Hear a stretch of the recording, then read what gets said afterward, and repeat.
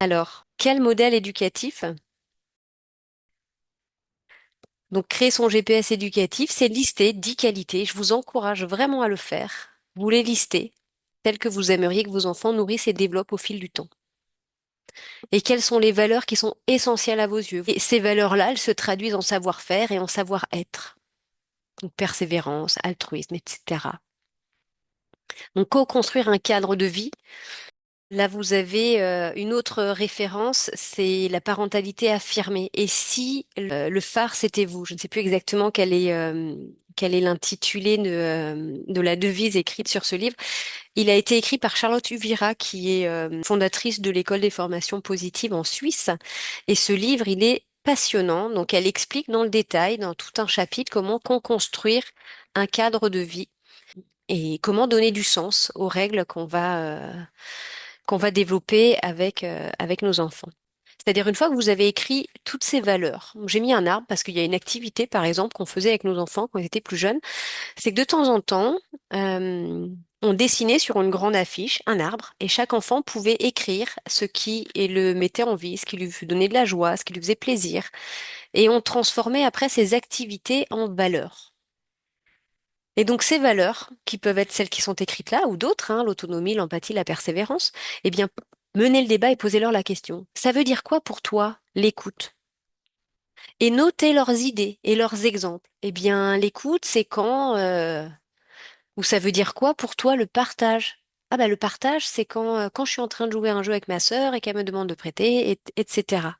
Parce que partir d'exemples concrets, ça donne beaucoup plus de sens quand on instaure un cadre et quand on a envie que nos enfants respectent des règles.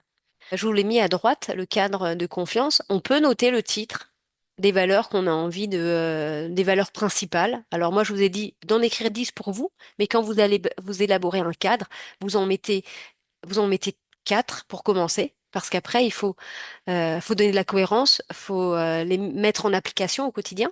Et ça peut être, par exemple, le respect. Et la petite bulle dit, dans notre famille, nous avons tous besoin d'eux. Nous avons besoin de respect. On donne un exemple. Je renonce à toute forme de violence. Par exemple, quand je suis en train de faire quelque chose et que on me dérange, eh ben, je le dis avec des mots. La mise en application, pour qu'elle soit cohérente, eh bien, je vous avais parlé de la notion de modèle. Ce que je suis plus ce que je fais est égal à ce que j'enseigne. Vous vous souvenez, c'était la formule que je vous invite à retenir. Donc pour pouvoir transmettre une valeur, il faut l'incarner. Il faut incarner ce qu'on attend d'eux. Si vous attendez que vos enfants soient patients, incarnez la patience, la non-violence, l'écoute, etc. Si vous voulez développer l'autonomie chez vos enfants, vous pouvez aussi leur donner des missions courtes quotidiennes à valoriser, comme favoriser des rituels au moment du coucher, au moment du lever, ou la préparation pour aller à l'école, l'accompagner pour qu'il prépare ses affaires seul, l'encourager à contribuer. Si la contribution, le fait de partager, participer aux tâches dans la famille est important, eh bien, responsabiliser les enfants en leur proposant par exemple de mettre la table. Et l'exemple, ça peut être le mardi, tel enfant met la table. On peut aussi développer ce cadre en les aidant à verbaliser, à formuler leurs expériences et leurs ressentis. Ça permet d'enrichir leur vocabulaire. Favoriser l'estime de soi de l'enfant, c'est aussi le questionner, l'encourager, le rassurer.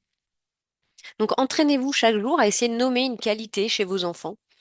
Quand vous le voyez souriant, vivant, créatif, curieux, calme, explorateur, sensible, persévérant, partageur, pour pouvoir en dégager des réelles valeurs que vous allez pouvoir intégrer dans votre quotidien. Parce que ça va permettre de donner des exemples concrets de leur comportement et de ce qu'on attend d'eux. Poser un cadre et le faire respecter, que ce soit à l'école comme à la maison, c'est également se donner un référentiel de ce qui est non acceptable et non négociable pour vous, dans votre famille.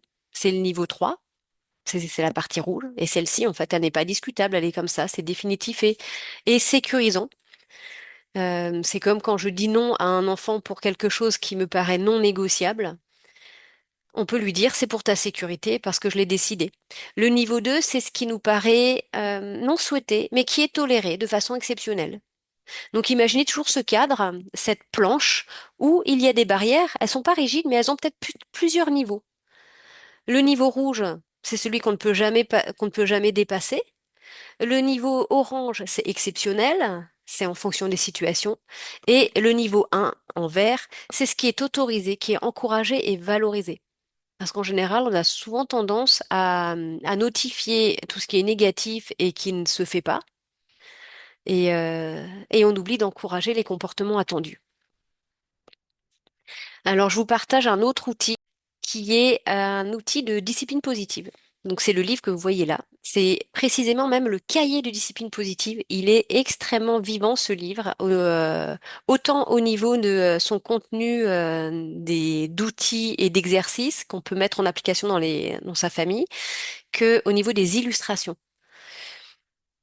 Donc, il est écrit par Béatrice Sabaté et il a été illustré par une de mes collègues aux Pays-Bas, Muriel Pouget, qui fait de la facilitation graphique. Cet outil s'appelle le temps d'échange en famille.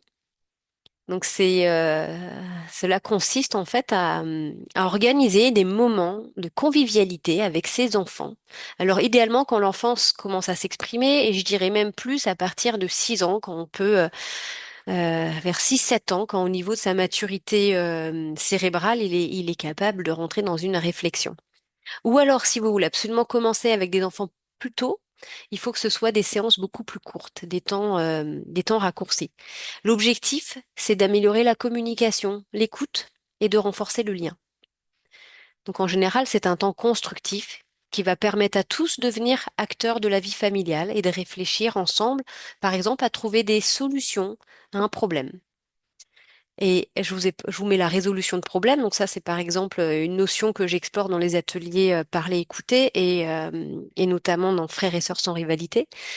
Mais par exemple, un déroulement de ce moment-là se fait en 4 étapes. Donc la première, c'est de créer un espace qui soit convivial et pas forcément formel. Je pense que c'est important. Première étape, c'est le tour des appréciations positives. C'est partager ce qu'on a aimé et dire, par exemple, faire une tournée des merci. J'ai aimé cette semaine quand? Et j'aimerais dire merci pour. Donc ça permet de développer aussi la gratitude et la positive attitude. Deuxième étape, c'est la question ou le problème qu'on a envie de régler à l'ordre du jour. En général, c'est le problème que le parent apporte. Très vite, les enfants pourront dans la boîte à idées proposer aussi des problèmes à soulever à ce moment-là. Et ce serait, j'aimerais qu'on réfléchisse ensemble au menu la semaine, par exemple. Parce que s'organiser pour faire des repas, ça peut être laborieux. Ou alors j'aimerais qu'on discute ensemble du linge qui traîne ou de l'usage des téléphones. Et tout le monde propose des idées de solutions. Et on sélectionne ensemble les solutions qui conviennent à tout le monde. Ça, c'est de la résolution de problèmes. Et on termine par cette troisième étape qui est une activité agréable. Un jeu tous ensemble, un apéro dînatoire. Et on peut rajouter le calendrier des événements. Ça évite les incompréhensions, les quiproquos. Ah, mais j'avais dit qu'à cette date-là, j'avais prévu quelque chose. On tient un calendrier et on donne juste l'information des dates importantes. Voilà, donc ce qui est important dans ce format, c'est d'accepter de partager des responsabilités, de basculer en mode participatif, hein, qui fait quoi? De programmer d'autres rencontres et d'utiliser des outils de collaboration, c'est-à-dire un tableau de partage de tâches, de routines. Ce sont des outils que je partage dans la formation en ligne Bye Bye Charge Mentale, qui est sur mon site educatelier.com, où on a créé avec la personne avec qui j'ai monté cette formation énormément d'outils de collaboration pour notamment mettre en place ces moments d'échange. Alors aujourd'hui, j'ai envie de vous dire que ces temps d'échange, nous, on les fait plus toutes les semaines. Ça se fait plutôt naturellement, au moment des repas, quand on a envie de débattre d'un sujet ou simplement de passer du bon temps ensemble. C'est comment renforcer la relation de confiance entre parents-enfants, comment renforcer le lien, de co-construire un cadre, d'utiliser la résolution de problèmes et d'être une équipe gagnant-gagnant, une équipe qui gagne.